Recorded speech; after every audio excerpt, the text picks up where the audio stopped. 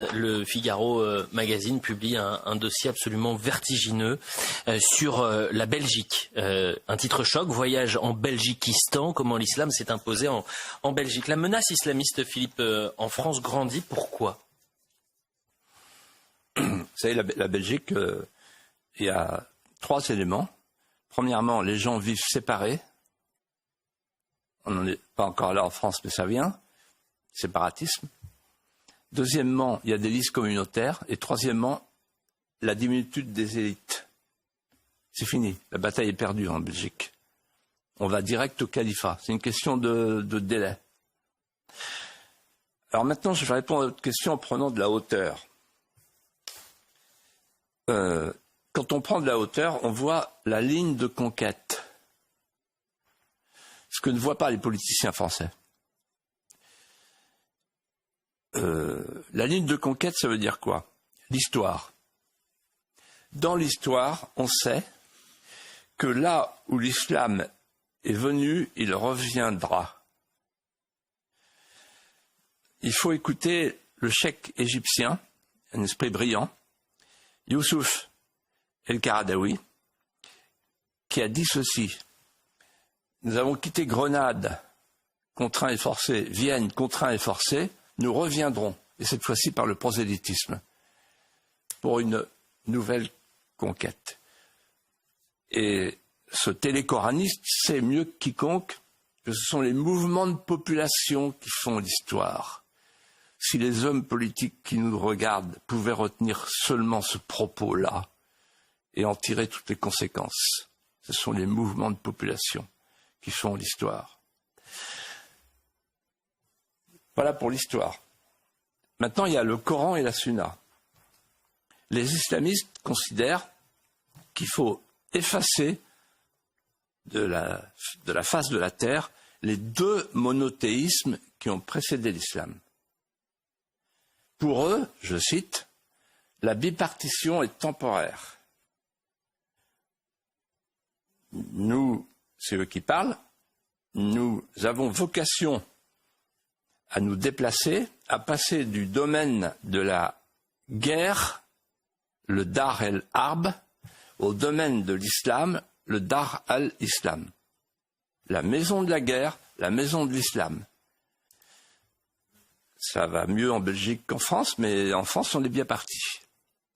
Et puis ensuite, il y a la charia. Les hommes politiques français ne comprennent pas ce qu'est la charia. Ils parlent de la laïcité, etc. Mais la laïcité, est-ce que vous avez imaginé la République face à Allah ? Elle pèse rien. Pourquoi ? Parce que c'est la parole incréée. Et donc, pour quelqu'un qui a la foi, je me mets à la place d'un musulman, et j'en connais, et qui ont une foi vibrante et brûlante. La laïcité, c'est quoi ? C'est le laïcisme. Vous savez, la laïcité, quand les musulmans regardent ce qui se passe à Beaucaire, où le maire doit payer 120 000 € parce qu'il a mis une crèche dans sa mairie, alors qu'on est dans un vieux pays de chrétienté. Vous imaginez le niveau symbolique de cet événement ? Et donc, la charia, c'est la loi, qui est à la fois une religion et un État, la loi d'Allah supérieure à la République. Donc, l'évangile des droits de l'homme ne pèse d'aucun poids.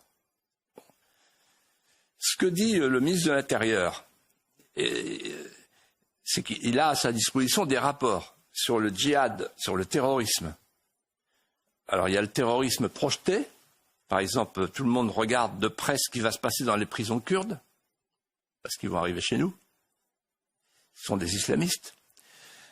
Et le terrorisme domestique, comme disent les spécialistes, endogène, il y a 60 prisonniers par an qui sortent de prison, qui sont des islamistes dangereux. On ne peut pas les suivre, on n'a pas les moyens. Et après, ce que dit le ministre de l'Intérieur, il parle des frères musulmans. Effectivement, il y a un rapport de M. Chamoulot, le directeur du renseignement, qui dit qu'il y a 2 grands dangers, le narcotrafic et les frères musulmans. Les frères musulmans, en fait, ils ont un projet intellectuel et politico-religieux qui vise à instaurer le califat islamique mondial. Et donc ils essayent, c'est ce que dit très bien Florence Bergeau-Blaclair, que je cite souvent, mais elle est magnifique, Elle a tout compris avant tout le monde, et elle est courageuse, un courage intellectuel incroyable. Elle dit, en fait, ils sont en train de chercher à faire en France, par le halal, par l'école, par le sport, une société charia compatible. Vous savez, l'école, on n'est pas très loin de basculer. Et pourquoi, en fait, le fruit est mûr?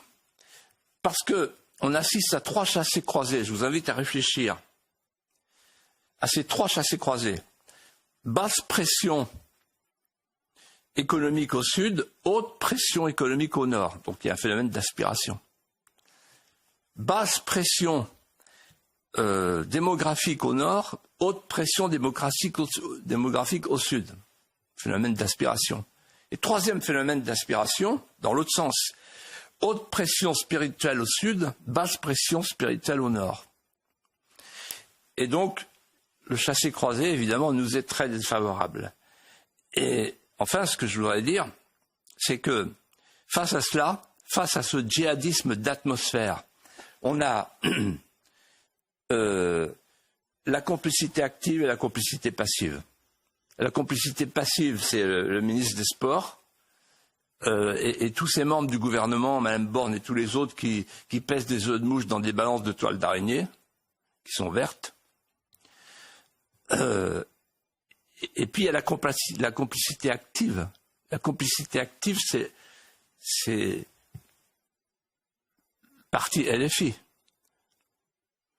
qui me rappelle de plus en plus Marie-France Garot et Pierre Juillet. Regardez-le qui s'avance, le parti de l'étranger, avec sa voix paisible et rassurante. Ne l'écoutez pas, car c'est l'engourdissement qui précède la paix de la mort.